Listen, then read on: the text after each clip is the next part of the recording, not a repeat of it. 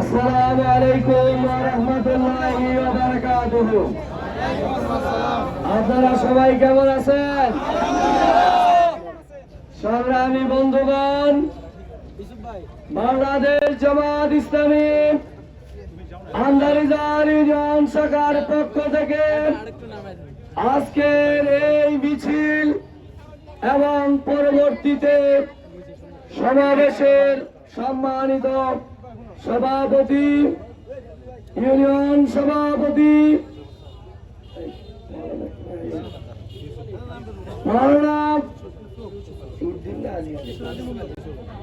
মাওলানা ইউসুফ আলী আমাদের মাঝে উপস্থিত আছেন।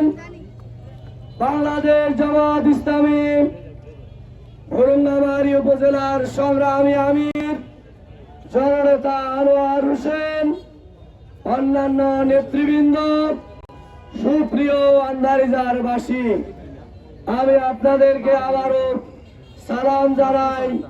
আসসালামু আলাইকুম ওয়া রাহমাতুল্লাহ।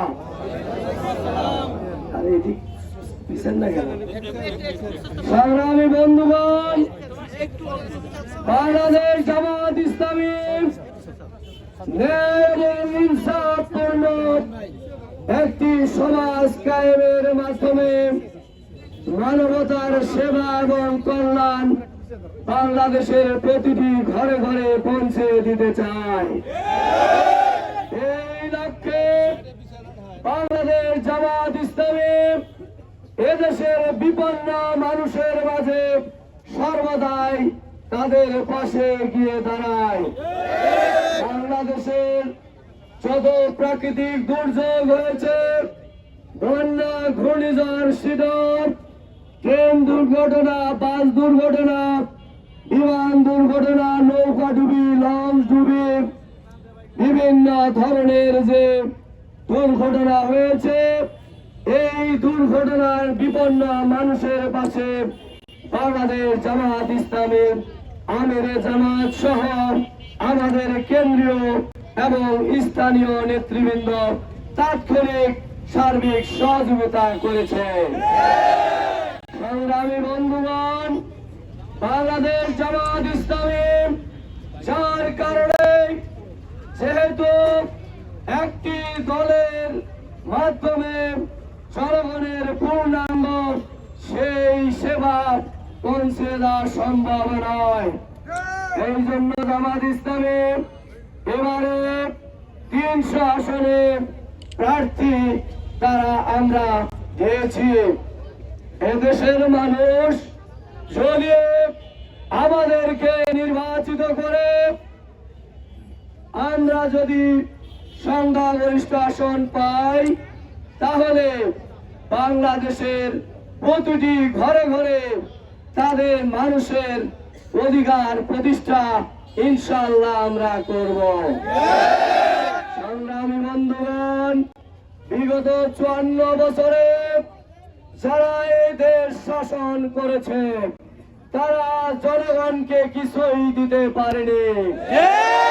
আমি আমাকে এই কুড়িগ্রাম আসনে প্রার্থী ঘোষণার পর থেকে আমি 24টি ইউনিয়ন এবং নাগেশ্বরী পৌরসভা সহ আনাচে কানাচে বিভিন্ন এলাকায় আমি গিয়েছি। আমি দেখেছি রাস্তাঘাট, ব্রিজ, কালভার্ট সহ আমাদের এখনো ওই 54 বছর আগে যেমন ছিল, আজকেও অনেক জায়গায় এই অবস্থায় রয়েছে। কি বলেন? সংগ্রামী বন্ধুগণ, কারণ কি? এই দেশের সম্পদ লুট করে নিয়ে দুর্নীতি করে ওই দুর্নীতিবাজ নেতারা বিদেশে কালো টাকার পাহাড় করেছে। আমার দেশের মানুষ, খেটে খাওয়া মানুষ, আজকে তারা অবহেলিত অবস্থায় রয়েছে। বর্ষাকালে অনেক জায়গায় তারা তাদের এলাকায় যাইতে পারে না। আমরা দেখেছি বাংলাদেশ জামাত ইসলামী একটি পরীক্ষিত রাজনৈতিক দল, যাকে ওই দুর্নীতি পারেনি। আমাদের যারা মন্ত্রী ছিলেন, এমপি ছিলেন, উপজেলা চেয়ারম্যান ছিলেন, ভাইস চেয়ারম্যান ছিলেন, পৌর মেয়র ছিলেন, কাউন্সিলর ছিলেন, সিটি কাউন্সিলর ছিলেন, বাংলাদেশের এমন কোন জায়গা থেকে তাদের বিরুদ্ধে 1 টাকার কোন দুর্নীতিকে আজ পর্যন্ত প্রমাণিত করতে পারেনি।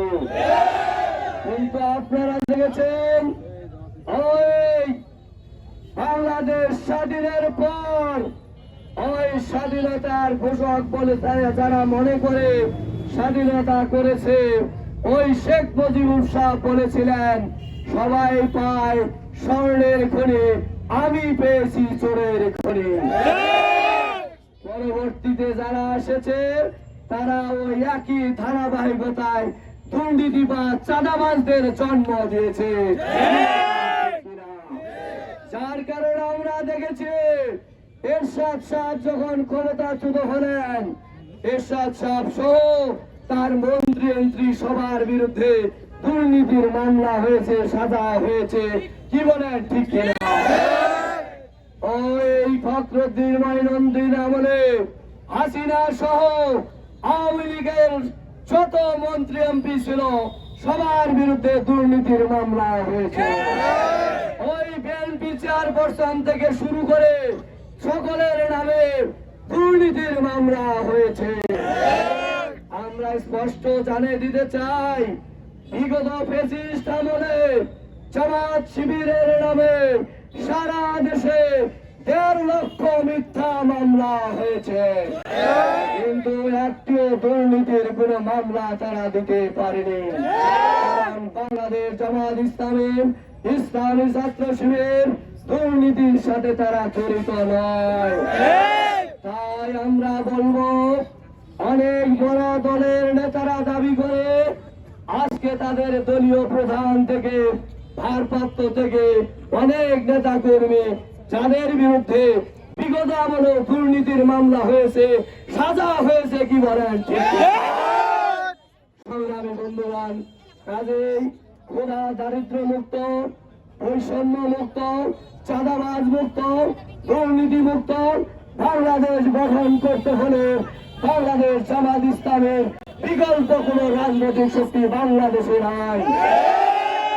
সংগ্রামী বন্ধুগণ, তাই আমি আপনাদের কাছে আহ্বান জানাবো, আমরা আগামী জাতীয় নির্বাচনে বাংলাদেশ জামাত ইসলামী মনোনীত প্রার্থীকে দাঁড়িপাল্লা মার্কায় ভোট দিয়ে চাঁদাবাজ মুক্ত, বৈষম্য মুক্ত, দুর্নীতি মুক্ত, ক্ষুধা দারিদ্র মুক্ত, বৈষম্য মুক্ত, ন্যায় ইনসাফ ভিত্তিক একটি সমাজ কায়েম হবে। এক্ষেত্রে আপনাদের সার্বিক সহযোগিতা কামনা করে, আপনাদের সকলের সুস্বাস্থ্য দীর্ঘায়ু কামনা করে আগামী দিনে ন্যায় এবং ইনসাফ প্রতিষ্ঠার জন্য বাংলাদেশ জামাত ইসলামী মনোনীত প্রার্থীকে দাঁড়িপাল্লা মার্কায় ভোট দিয়ে বিজয়ী করবেন, এই আশাবাদ ব্যক্ত করে আপনাদেরকে আবারও মোবারকবাদ, অভিনন্দন জানিয়ে আমার বক্তব্য এখানে সমাপ্ত ঘোষণা করছি। বাংলাদেশ জিন্দাবাদ, বাংলাদেশ জামাত ইসলামী জিন্দাবাদ। সকলকে ধন্যবাদ।